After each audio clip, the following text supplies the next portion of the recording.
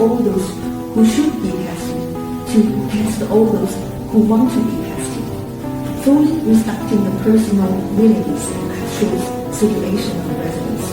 For Xinjiang, an economically underdeveloped province with a total population of more than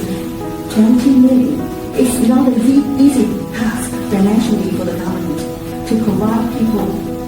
there with health examination that cover the whole life